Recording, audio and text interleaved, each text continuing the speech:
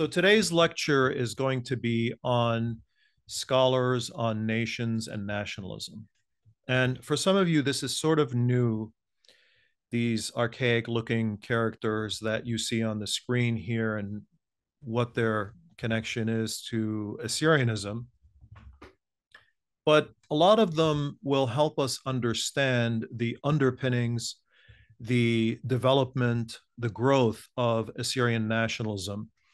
These people, scholars, are not connected to specifically to Assyrian nationalism, but they really teach us about this phenomenon. And I want to say one thing before we begin on scholars, because oftentimes we feel that scholars come from some kind of a sublime, unconnected to reality universe, and they enter into this area and comment as if they're religious creatures. They comment on certain facts and developments, and so we perceive them as unconnected to a reality or unconnected to the facts on the ground, as it were. That's not the case, of course, and all of these characters and all characters, scholars, I should say, which, by the way, if people have a view on nationalism or have had an experience which impacted their view on nationalism, if they have issues with nationalism, does not necessarily take away from either our ability to learn from them or their comments on nationalism.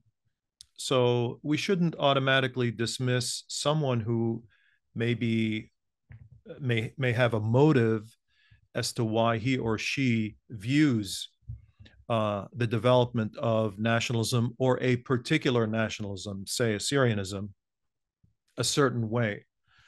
So right off the bat, I want to tell you that everyone, studying, and this is across the field, scholars have lives. They are human beings, just like, priests and politicians and so on. They have lives, and so they may be motivated when looking at a particular topic in a way that we may disagree with, and we may think, okay, well, this comes from this, therefore it is illegitimate. It is not scholarly. And I would suggest to you that it's not a good way to look at things.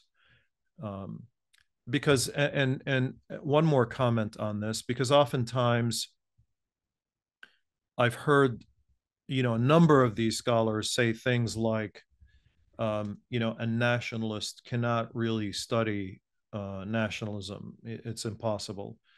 While, for example, a Marxist or a person who has a socialist background can study Marxism or nationalism or any other ism. So, all right. So, with that in mind, let's talk about the scholars of nationalism and how they perceive the formation of nations and nationalism. And we want to attribute these ideas to them. And I want you to see the kind of range of thoughts, of ideas, of views on the development of this idea that we've come to know very well and see as a reality in the world. But before we get there, I want to tell you a little story about my own experience being an Assyrian and putting much value to the fact that I was an Assyrian. Many years ago, I was standing with two of my friends, Peter and Sargon, at the Assyrian American Association in Chicago. And this goes back when we were probably, I would say, in our late teens. And we had all come across these books which talked about the Assyrians and talked about modern Assyrians as having no connections with the ancient Assyrians. And at the time, many of the Assyriologists and archaeologists and scholars of ancient history had a very rigid position with regard to the continuity of Assyrian history. They simply felt that, modern Assyrians, who are known as Nestorians sometimes, or at times Jacobites or others, have no connection with ancient Assyrians. It's that simple. And many of them took the view that the ancient Assyrians disappeared. And so we were on this journey, scholarly journey, all of us, to try to find out what the truth was. And I remember this moment at the Assyrian American Association one evening after we had heard a series of lectures. And we stood outside, the three of us, having a conversation. And one of us brought up the point, hey, what if we really are not descendants of ancient Assyrians? What if that's the case?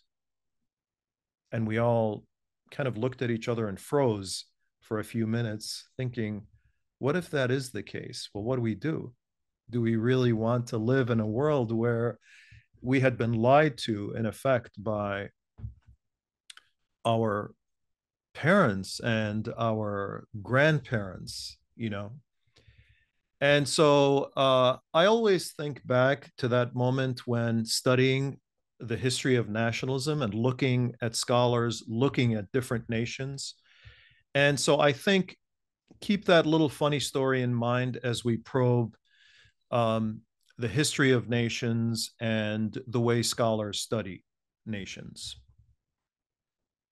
One term I would like you to be familiar with, which throughout this class we are going to um, refer to, this term is primordial or primordialism. In the study of nationalism, primordial typically refers to aspects of identity or loyalty that are perceived as inherent, innate, or deeply rooted in a group's history. In other words, nothing made up. It's been there.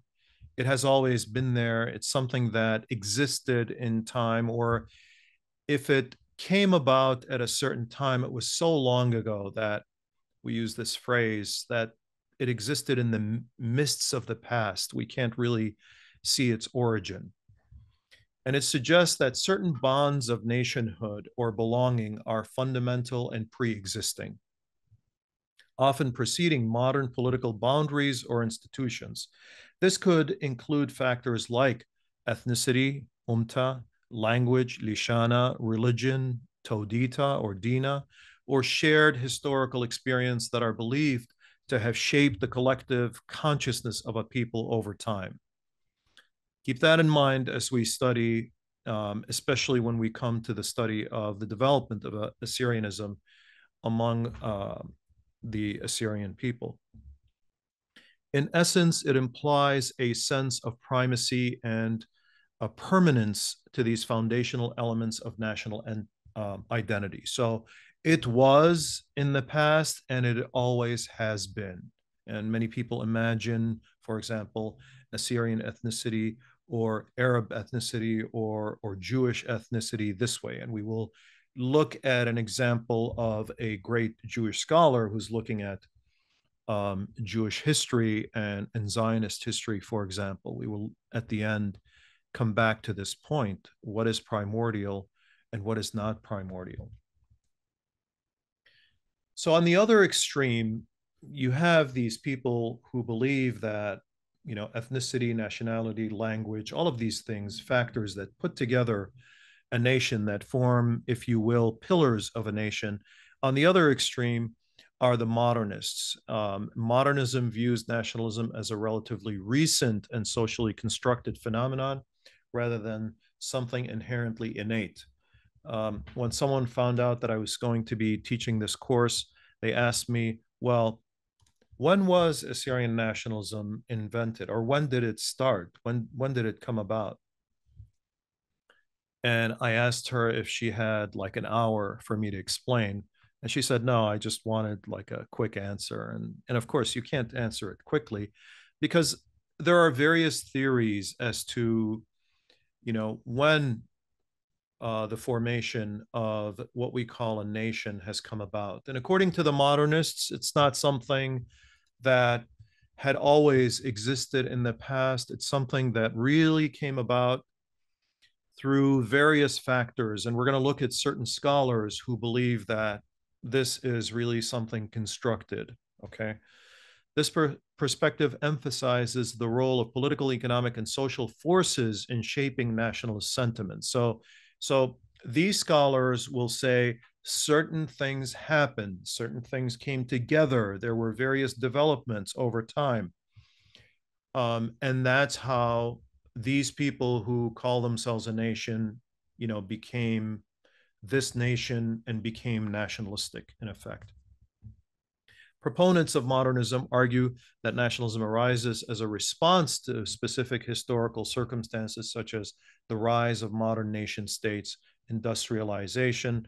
Specifically, a scholar who focuses on industrialization is Ernest Gellner, colonialism, or political ideologies. So these are the things, whether orchestrated or not, that have come about, that have formed what we understand as nations today.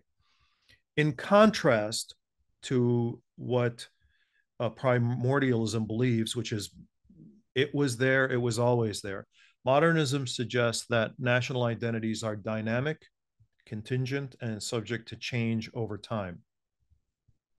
This perspective highlights the importance of political rhetoric, propaganda, education, and other mechanisms in mobilizing populations around nationalist agendas. Indeed, around many agendas that require the organizing of collective masses of people, as many of you know.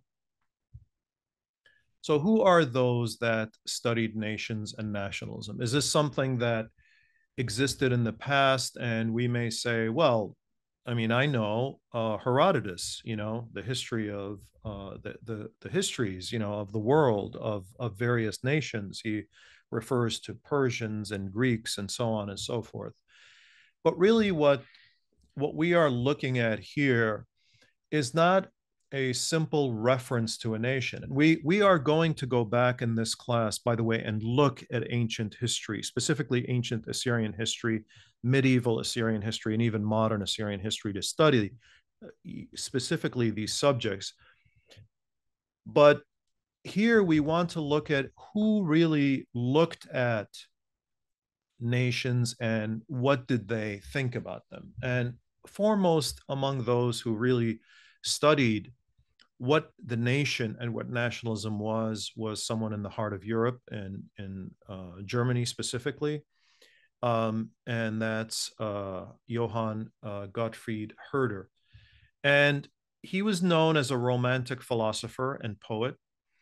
And he argued that German culture was something very important, something to be proud of, and it came from the common people, the folk or the Volk in German. It was through folk songs, poetry, and folk dances that the true spirit of the nation, Volksgeist, was popularized. And what he's talking about here is that you'll hear oftentimes the bottom to top development. So the people are kind of shaping what the nation is through their songs, through their poetry, through their dances, something that we're going to be studying about the Assyrians in the later classes as well.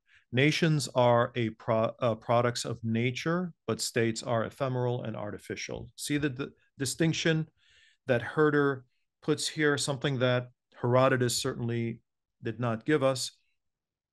Nations are the product of nature, but states are ephemeral and artificial. The way he looked at nations versus states, for example, is something very unique in the history of mankind, in the history of this study. For Herder, the state serves the nation and not the other way around. So what's important is the thing that is, remember, we refer to primordial rather than the ephemeral.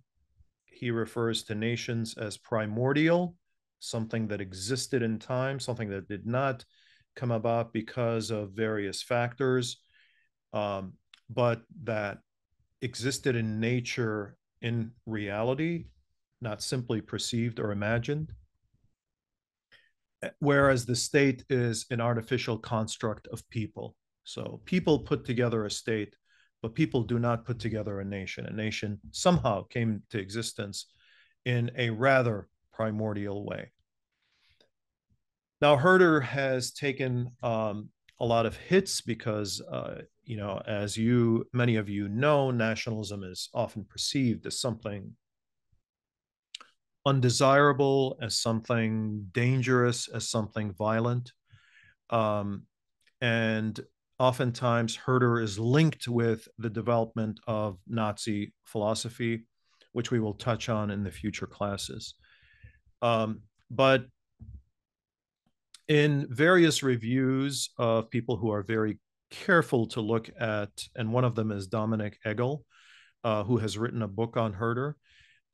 He tells us that he could conceive of no necessary link between the nation and the state. So oftentimes you hear, a nation state is a real nation, Germany, France, and so on, whereas Iraq is not a nation state. It is a state, but it is not a real nation. And a nation like the Assyrians, for example, or other nations do not have a state. So are they really a nation? Well, for Herder, a nation is a nation that doesn't necessarily have to have a state as a underpinning it. In other words, and he also felt that good government was essential to every people or nation, whatever its degree of socio-political organization.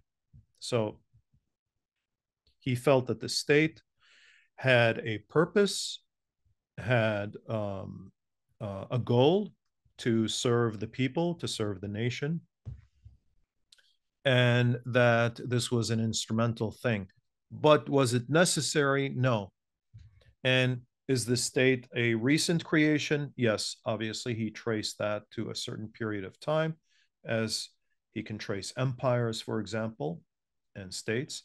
But the nation had always existed. Certainly, that's the way he felt about the German nation. Well, he being Herder, believed that the nation is made up of, folk songs, the language, the land, all of this stuff. And the great Joseph Ernest Renan, the French writer, philosopher, historian, felt that this was different. So he lessened these factors. These factors are not important: religion, culture, ethnic character. And he said in a often quoted paragraph, a nation for us is a soul, a spirit, a spiritual family, resulting in the past as memories, sacrifices, glory, often mourning, and shared regrets. In the present, as wanting to live together. So the nation is something in the past. Remember, we're going to refer to this through some scholars as an imagined past, and a desire to want to live together. What constitutes a nation is not to speak the same language or to belong to the same ethnic group. It is to have done great things together in the past and wanting to do these things again in the future. I recently attended a lecture of an Assyrian writer, author, grammarian, and so on, very reputable person, who said, without our nation, without our language, we are nothing. We will not survive. And we will, well, certainly Ernest Renan would disagree with that. He would say, what do you mean? You experienced all these things together, and you will pass them down to your children, for example, and you will want to be together in the future, even if you don't know your language, even if you don't understand your language or know how to read and write it. And if Herder was debating with him, he would say, yeah, but listen, Mr. Renan, it would be nice if they can continue their folk songs and their language and have their land and so on and so forth. So we have views here. Renan is moving towards this spiritual family, this imagining of a spiritual family, a family that future writers, future analysts, future scholars, like, for example, Benedict Anderson, author of Imagined Communities, is going to say, well, yes, of course, that's very necessary That's your imagination. And that imagination is supported by the state or other institutions. So, yes, yes, very true. He was onto something here. He had the ingredients, but he didn't quite fully develop these requisite ideas for building a nation. Now, for someone like, once in a while, I'll leap back and forth between relevant Assyrian experiences and developments and these scholars. So one quote that I feel is sort of necessary to talk about is a comment by Dr. Lincoln Malik, a very learned Assyrian. Um, he has been very active in Assyrian affairs. I believe, he's more or less retired from the political scene. Was an advocate of the Assyrian Democratic Movement, certainly one of its intellectual pillars, I would say. Lived in the United States and had been active before. Well, he believed that it's not enough to be involved in culture, and it certainly is not going to be enough to hold the nation together. So uh, he criticizes those who say, well, let's focus on, drop the politics, let's focus on culture, language, and so on and so forth. And he says that teaching our language and sticking together is sufficient, they think. However, history has proven over and over again that without political rights in our ancestral homeland, and this is where he gets into this political endeavor, attempts at maintaining the culture are nothing short of impossible. It is impossible to maintain our cultural existence as Assyrians unless we are politically active. Lack of political rights and in the homeland has meant that our people have been forced to endure discrimination, fear, and humiliation. This has led to immigration and or assimilation within the East. Those who do not have the stomach for political struggle must contend with watching the homeland emptied of Assyrians. So he's very critical um, towards people who are discouraging, let's say, involvement in politics. Zoa believes that, according to Dr. Malik, like all other peoples in the world, we need to maintain our roots and our ancestral homeland, in our ancestral homeland, and that political rights are necessary to promote an environment for our people to develop their culture and live in peace and prosperity.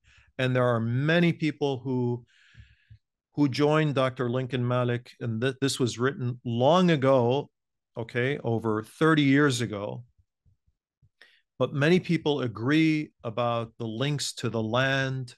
And again, keep this in mind, keep these comments in mind, because scholars are going to weigh in on similar language or similar desires, such as links to the land and political rights. Now, when we look at the primordialists in the past and we look at the other extreme, there was, of course, a bridge that was formed slowly over time with writers like Carlton Hayes, who I'm not necessarily focused on in this class, but also Hans Kohn and Eli Kaduri, both of whom were Jewish. Eli Kaduri was an Iraqi, a Jew from Iraq or from an Iraqi family. And Hans Kohn came from Europe. He was born in Prague. These, although Hans Kohn himself was a Zionist, had lived in Israel or in Palestine, he became very disillusioned. And so both Eli Kaduri and Hans Kohn, you could see, have become very disillusioned in their writing with nationalism. They're not really happy with it. They think nationalism is a undesirable political development, and that it wasn't always around as the primordialists seem to think. So they are in disagreement with people like Herder and others who feel that nationalism had always been around, or the nation had always been around. they believe, like the future scholars that are going to come after them, that this development is a rather new and a novel development in the world, and that nations as we know them today are really something different, something new, something that we had never experienced before. Their work has given impetus, or was given impetus, excuse me, by in the 1980s, late 1980s, by a scholar by the name of Ernest Gellner, who, in the same vein, argued that nations, national identity, and nationalism were all products of modernity and not the other way around. And of course, he is continuing on the line towards understanding nationalism from um, modernity, from the perspective of modernity, and not and veering away from primordialism. Benedict Anderson is a very important um, historian and political scientist, and he made a splash with his book Imagined Communities. And what he's saying, I brought him up before, but I'd like to bring him up again, is that this community, first of all, it's novel. The nation did not always exist as we see it today. Second, it is imagined, now not imagined like something, of a fantasy. It is real, but it is perceived. Okay, imagined political community, it is perceived as inherently limited and sovereign, meaning it is limited, it's got its borders. We know the difference between this nation and that nation. So we see ourselves in a nation. We say, okay, I'm an Assyrian. I'm different than a person who sees himself or herself as a Kurd or an Arab or any non-Assyrian, for example, a Greek, so on. And it is imagined because the members of even the smallest nation will never know most of their fellow members. Now, yes, of course, ask yourself, I'm an Assyrian and I'm a member of the Assyrian nation, but how many people do I really know of the Assyrian nation? And of course, he's writing earlier than the age of the internet. Of course, that also has transformed things. Um, but he says, these people don't meet, don't talk to each other, but somehow they imagine themselves as part of this entity called the nation. And this is in effect, a construct. Okay, it's created within our minds. It is on one level, it is a fiction that we believe in. We are part of this nation. Another person who looked rather negatively at nationalism and its development was Marxist historian Eric Hobsbawm, who was born in Egypt, also Jewish, and raised in Vienna and Berlin. He was a fierce critic of nationalism. His work reveals skepticism and opposition to nationalism for many reasons. One is that he felt it takes away from, as a Marxist, he is focused on class relations rather than these, what he believed are primitive primordial ties. He would come to argue that nationalism driven by industrial capitalism undermined the universalist goals proposed by revolutionary movements, particularly in Europe. So among them, of course, socialism and Marxism. His theory of nationalism is that nationalism is an ideological and political construction that creates a modern nation. He believed that nationalism is constructed from above, in other words, through governmental intervention, through institutional intervention from the top, but should be studied from below because that's where it's most powerful and volatile. So we have to study it, but we have to understand where these ideas are coming from. It's imposed from above, from the state, in other words. And Ernest Gellner, one of the foremost among the modernists, one could say, So consider these three factors coming together: the rise of this sentiment, the preeminence of the intelligentsia, the intellectuals, the writers, the thinkers, the people who argue, and modernization. These had to come together to form um, nationalism. And he insisted that culture, language, and communication generally form the dependent variables in the causal chain accounting for the rise and appeal of nationalism. So they're not really the most important. They are products that are dependent on this other development. So modernization produces literacy, culture, communication, and hence nationality. It does not denote these variables.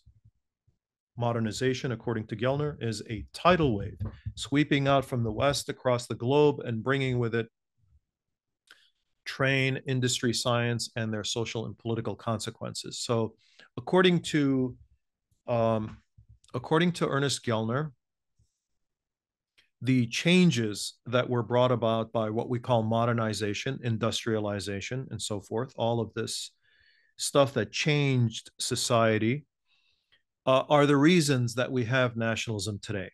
And that although it happened within a historical context, in other words, at a specific time, at probably specific places, that nationalism in truth can be possibly repeated again.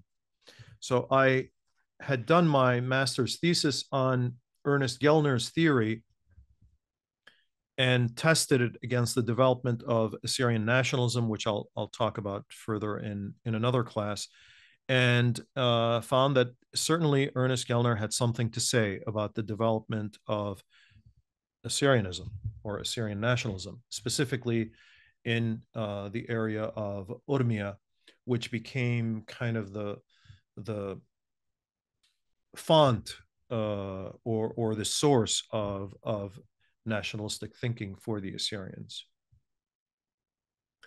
The general imposition of a high culture on society where previously low cultures had taken up the lives of the majority.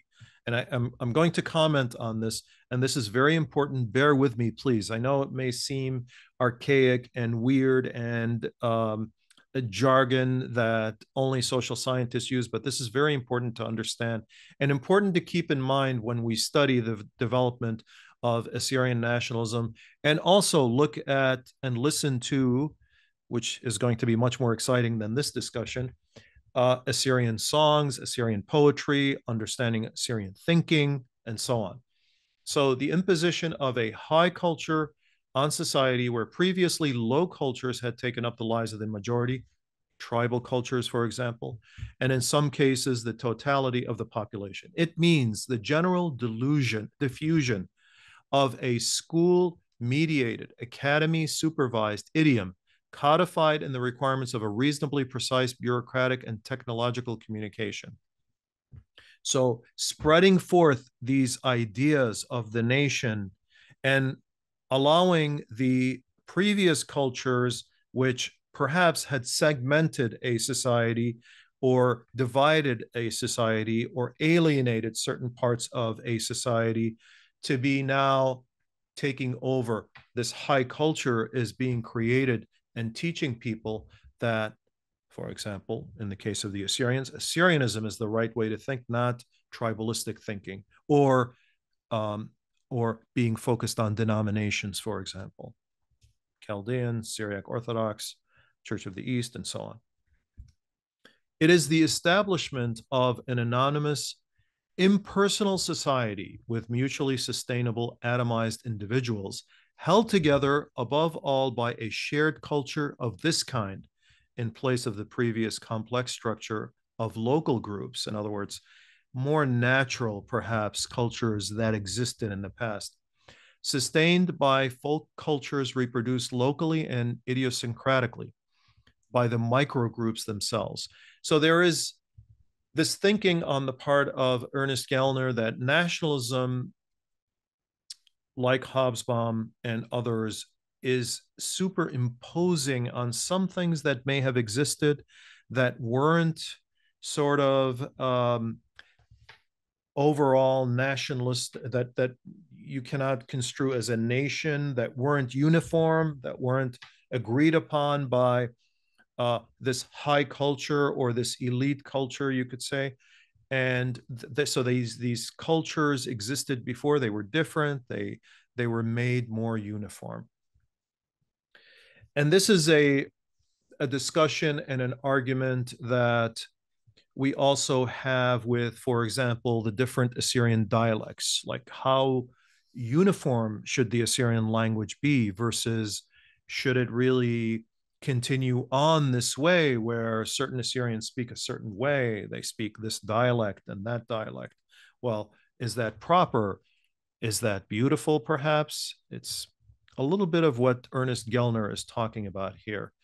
And you will have others come and say, well, we must impose this uniform way of speaking, of writing, because after all, we are a nation and we cannot have all these separate entities and separate ideas and separate ways of understanding our past. We cannot have that. We cannot have this type of diversity. And you will see this language again in, for example, the newspaper Kichwa, which was started in Urmi in 1906, where people like the editors were talking about this problem that we have of lack of communication with each other because of the differences in dialect. So we need to really shape up, in effect. So Ernest Gellner is talking about this imposition of a kind of high culture on the pre-existing, what he calls the folk cultures reproduced locally. Another modernist thinker is John Bruley, whose books, specifically Nationalism, published at the University of Chicago Press, is an incredible book, a very important work. He takes a slightly different angle by focusing on the state as the main driving force, but what he's saying is related to Ernest Gellner and others. But he is clear that nationalism here is a purely political phenomenon. It's not really a concern with culture and language and so on. To him, this is not really the most important thing. And he tells us in his book, Nationalism and the State, to focus upon culture, ideology, identity, or class or modernization, is to neglect the fundamental point that nationalism is above and beyond all else, about politics, and politics is about power. So what are we doing here?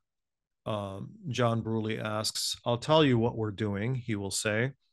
This is about organizing people based on the interests that they have. And when we say they, we are talking about the state. The state is organizing people. So, for example, the state of Iraq is organizing people and using nationalism to say, you are all Iraqis and you must behave according to this way, in this way.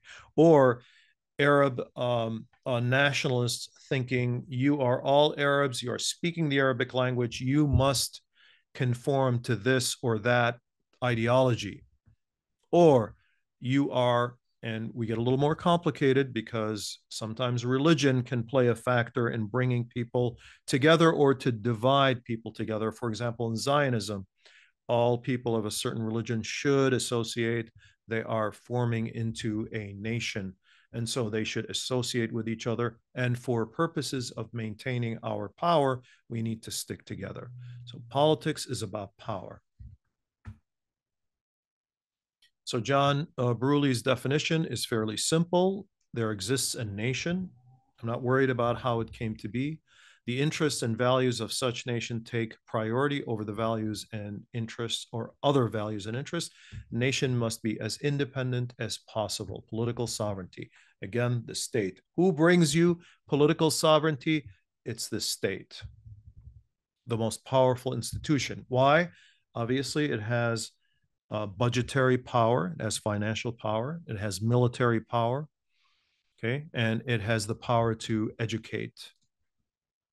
Remember Ernest Gellner's admonition about the existence of this top to bottom imposition of culture. Now, all of these authors so we're talking about the modernists have told us that, hey, nationalism really came about because there were these developments, these factors that came together in the modern world, and it's about politics above all else, and politics is about power, according to John Bruley. Kaspar Hershey is relatively new on the scene, and he's looked at a lot of the authors that came in the past, the primordialists, which he does not necessarily agree with, and the modernists, which he also does not agree with. And he tells us, hey, listen, okay, so we know nationalism developed in one specific place and time, but you all think Hobsbawm, Gellner, um, Anderson, Hans Cohen, Eli Kaduri, all of you think that it developed much later than it really developed. Nationalism developed in a specific time and place. That place was Catholic Europe, and the time was the Middle Ages. That's when it developed. While nationalism developed outside of Europe, it's true, there are nationalism outside of Europe. It would not have been conceivable outside the orbit of European culture. European culture is what gave us this idea of nationalism. From the 12th century onward, legally and philologically trained clerics, priests, tried to adopt the legacy of Rome to contemporary politics. The language of the nation was created in that process, according to Hershey. There was a time lag between the creation of nationalist language and the implementation of nationalist politics. Now, I should say I want to look a little more carefully at what Hershey is saying and how this came about, but I'll tell you right off the bat that Kaspar Hershey has been criticized by many modernists or supporters of the modernist position who say, well, you've got the ingredients in the past, but you don't quite bring the ingredients together. In other words, you do see that there are certain factors, there are certain characteristics that exist, but you do not understand that they have not yet been brought together in the ancient past. So in the medieval past, excuse me, not the ancient past. So he says, well, there is a time lag between the creation of this language. So they were speaking this nationalist language in the 1400s and so on during these times, long hundreds of years before the modern age. But the implementation of nationalist program did not yet come about. In other words, nationalist politics, those came about later. But these ideas were developed specifically during the medieval ages and in Catholic Europe and nowhere else. And he places great importance, Hershey does, on honor and freedom. Nationalism is conceived as a political discourse constructed by chronically failing would-be empires stuck in a battle to keep each other at bay. So you have these empires, they're chronically failing, okay, they're not doing too well, and they're coming apart, and those parts are the nations that develop. The two key elements are national honor, according to Hershey, a precious but volatile capital shared by all community members. We are better than you. We understand more than you. We are known for this and this and this, whereas you are not. Shared by community members, and national freedom, the collective rejection of foreign rule and cultural influence. So we reject being ruled by others because we want to be ruled by ourselves. And of course, there's something to say about this that's important, that Hershey perceives as a new development, because keep in mind that in the past, in perhaps before the medieval times, that certain nations were ruled by monarchs who came from different families. I mean, Europe has them as well. The Macedonians, Cleopatra, and before her, the her descendants had ruled Egypt, and this was, of course, these were not native. In fact, Egypt was not ruled by a native until Gamal Abdel Nasser came in the 1950s. Egypt had been, since the time of the Assyrians, had been ruled by foreigners. Was it always at war? Were the Egyptians always rebelling? No, of course not. They were oftentimes happy being ruled by, or content. I shouldn't say happy, content. And this goes across the board into Asia and Europe and other places. Um, so honor and freedom is something new for Hershey that comes about during the time that the empire is, or empires are, fragmenting.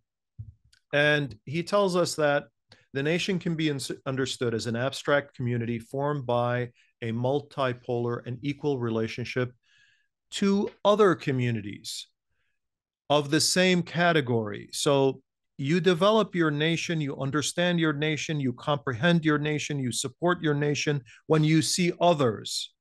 In other words, if you were alone in the world and you didn't see other nations, you wouldn't really necessarily develop a nationalism, from which it separates itself by claiming singular qualities. Singular qualities. We are warriors, we are scholars, we are a decent people, we are a kind people, so on and so forth. A distinct territory. We live on this particular place. This is where we come from. Political and cultural independence, and an exclusive honor. The honor of a nation. Very important, because he sees this repeated over and over again in the writings of various priests who had studied law and had studied philology in Europe, and of course, Christology. Natio, or the nation, came to mean a political, cultural, and linguistic community inhabiting a territory of its own and sharing an exclusive honor among its members. So you are members of a particular group, and we share this honor with each other, and the others are outside of this. Not totally distinct or different from the imagined community that Benedict Anderson refers to, but it's a little bit different and goes back in time. And Professor Stephen Grosby, who I had the pleasure of being a student with many years ago, more than now 30 years ago, has done a review of Kaspar Hershey's book. And we're going to go into Stephen Grosby's ideas as we wind down. The focus on the humanist and events of the 15th through the 17th century supports the argument that nationality is not exclusively modern.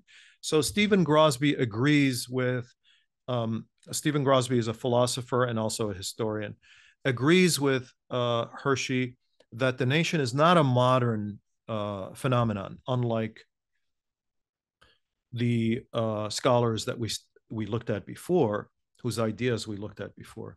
This focus also supports his argument for the decisive role intellectuals played in formulating a discourse advocating for necessary for nationality to emerge. So the intellectuals had an important role. And this is why he describes his analysis of nationality as constructivist. So he puts himself in the camp with people say the people that argue the nation is not a primordial fact. Okay, it is constructed through the ideas specifically of intellectuals, and in the case of Kaspar Hershey, intellectuals who are part of the church and who are part of the breaking up, the fragmenting of Catholic Europe. There is merit here too, especially in his attention to the multipolarity of that discourse. But there is a danger to this constructivist analysis because of the capriciousness or arbitrariness of an often unwarranted intentionality implied by the term. And I'll explain that. Excuse me. It is the case that all social relations, including face to face interactions, involve acts of the imagination. That is some symbolic referent. Here he is looking at or critiquing the ideas of people like Benedict Anderson, who say, well, it's all imagined, but he wants to break this term down, that this idea of imagining is not simply just like something out of thin air. It's based on a certain reality. This perception cannot be taken for granted. It has its own historical development. However, the recognition of the symbolic or imaginative factor, for example, such that a territory exists or that a language achieves significance as a classificatory criterion of the self and others, does not mean that it is imaginary, as if the social relations were a unicorn. So he's saying, listen, I understand this concept of imagining things, but I would not agree with you, and I agree with Hershey that okay, to label yourself constructivist is one thing, but to think that all this is completely made up is another thing. He's not buying it. He's not buying the idea that there are that primordial ties have nothing to do with this. And by the way, Stephen Grosby was a student of Edward Shills, who was big on primordialism and wrote a lot about intellectuals at the University of Chicago. Now, let's come back to a person a scholar who wrote on the Assyrians, and he's done an incredible job documenting. He has some inaccuracies in his book, I must say, and a little bit he overly does the details of writing the history of Assyrian nationalism, and I'll talk more about this in the future. Um, but but he sees a rather unique development in Assyrian nationalism, whereas having seen with me all of these scholars who talked about the formation of nations, is not necessarily very unique. The origins of Assyrian nationalism, he tells us in his book, um, um, on Assyrian nationalism, which is called Revival and Awakening. The origins of Assyrian nationalism and of a social imaginary in which the nation could be conceptualized as a montage must be understood within the Assyrians' encounter with foreign missionaries, especially American evangelicals. So, what does that mean? That means that for Adam Becker, you can't really understand Assyrian nationalism without knowing the history of this coming together of Assyrians and specifically American missionaries, who he does an extensive job documenting a lot of their works. I mean, he's gone through a lot of their records. I'm not sure everything is relevant to this discussion, but you want to say, well, yeah, of course. I mean, for the Assyrians living in, for example, the Hakkari or Urmia or Torabdin, there was the Assyrians themselves, and then there were others. and most of the others surrounding them happened to be Muslims. Now, there were, of course, their neighbors, the Armenians, and there were other Christians, Arabs, but by and large, the most of the people that surrounded them happened to be Muslims, either Kurds or Turks or Persian or Azaris, and Arabs, of course. And so when they encounter people who differentiate between religion on the one hand and who they are, they don't see themselves as part of a church with traditions and culture. They simply see themselves as Americans and Christians as on the other hand. Perhaps something would go through their minds, and they would say, well, okay, so there's a separation here between um, being a Christian and being an American. So there must be a separation between being an Assyrian and being a Christian. And so they developed this idea. Well, not such a radical idea as Adam Becker makes it seem, as if he's onto an incredible discovery. The use of Assyrian derives from Western sources, not from a continuity of identity between the ancient Assyrians and the modern ones. Here's where we disagree with Adam Becker, and we're going to be talking about this, but certainly I understand based on the sources where Adam Becker is coming from. So Adam Becker is a scholar who's looked at this very carefully. We do not brush him aside as simply motivated by anti-Assyrianism, but certainly I disagree with this point that he has about simply this idea of identity was simply developed because it came from or was stolen from or borrowed from Western sources. And Adam Becker, of course, based his ideas on a late, yeah, I can call him a friend because I interacted with him, John Joseph, with whom I disagreed, of course, but John Joseph, it was a scholar in his own right, and he documented Assyrians, and we are trying to recover his original PhD thesis or PhD dissertation, and I hope that we can come upon it. But he tells us that when the Assyrian excavations revealed the remains of Nineveh to the wondering eyes of the world, the Nestorians and their Chaldean brethren in the environs of the ancient Assyrian capital and beyond attracted special attention. The hero of these excavations, Oster Henry Layard, hastened to proclaim these historic, linguistic, and religious minorities.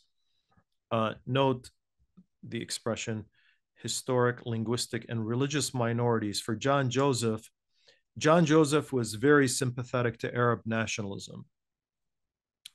And though he had a lot of sympathy with the Assyrian people and their history and their tragedies, he was very sympathetic to Arab nationalism, and he gave it much more, let's say, legitimacy than he gave Assyrian nationalism. So he's saying they are linguistic and religious minorities and historic minorities, but not necessarily national minorities.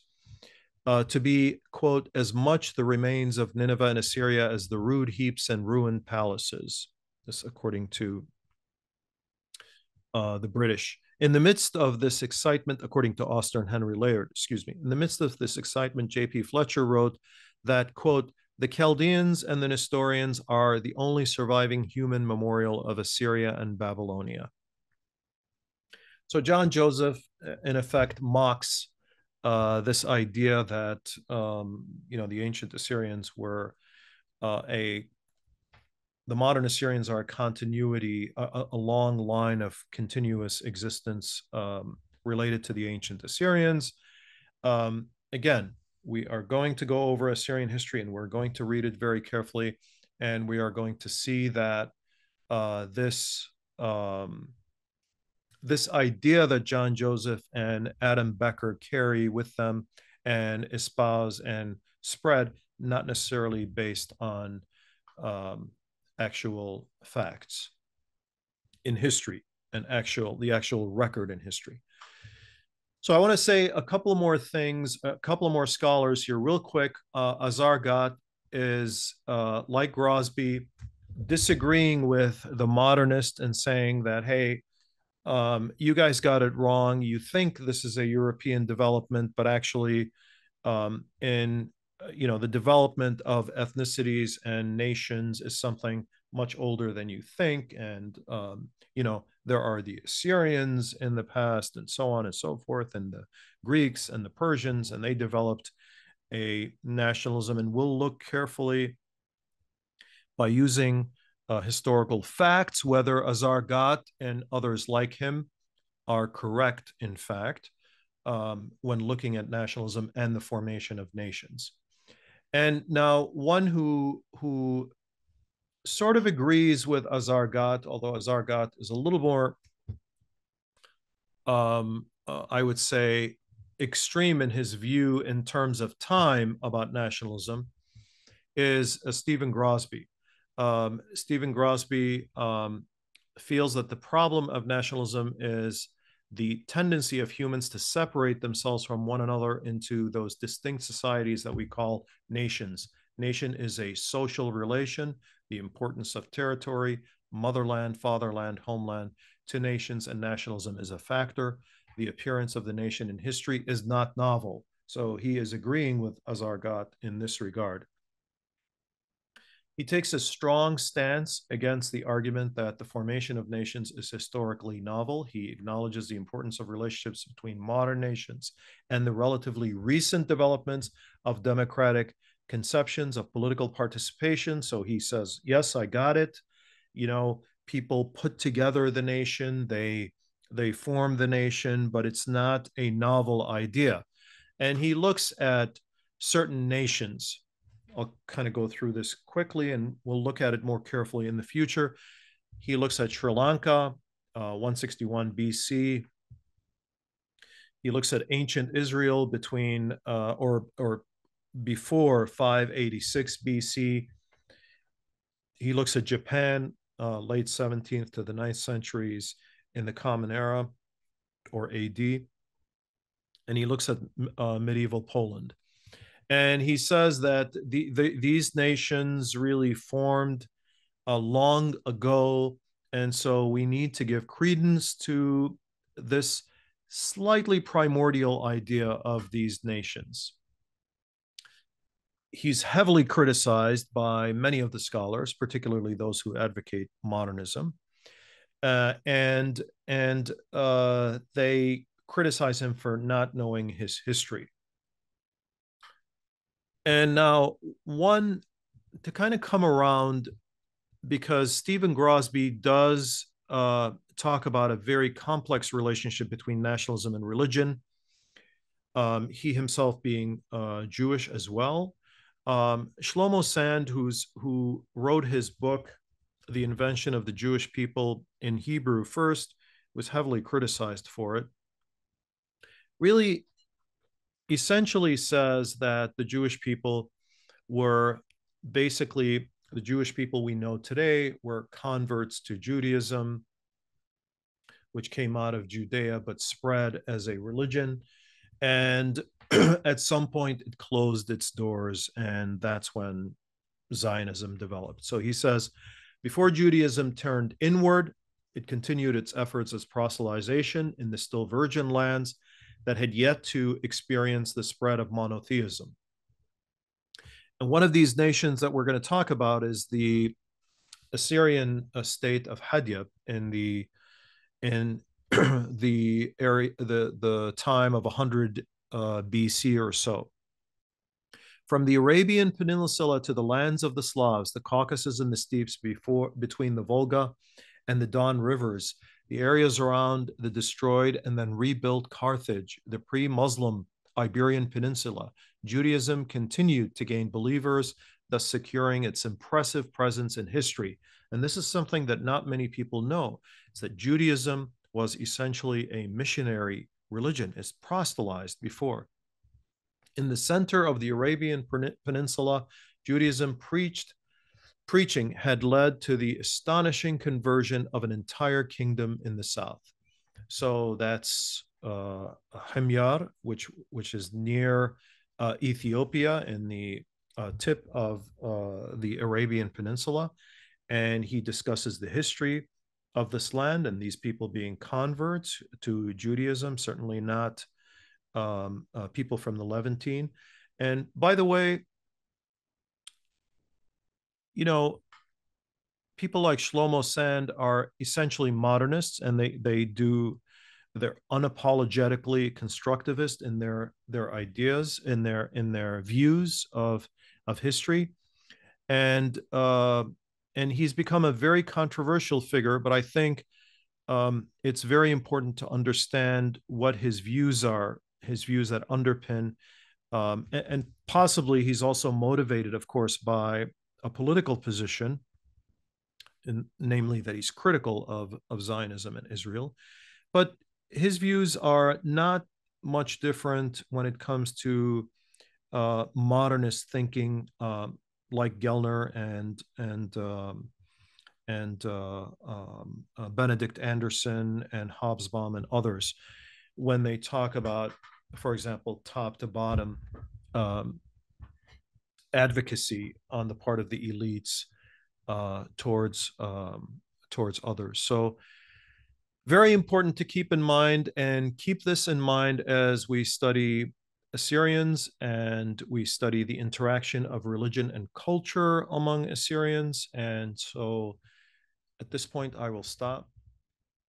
Thank you so much for listening.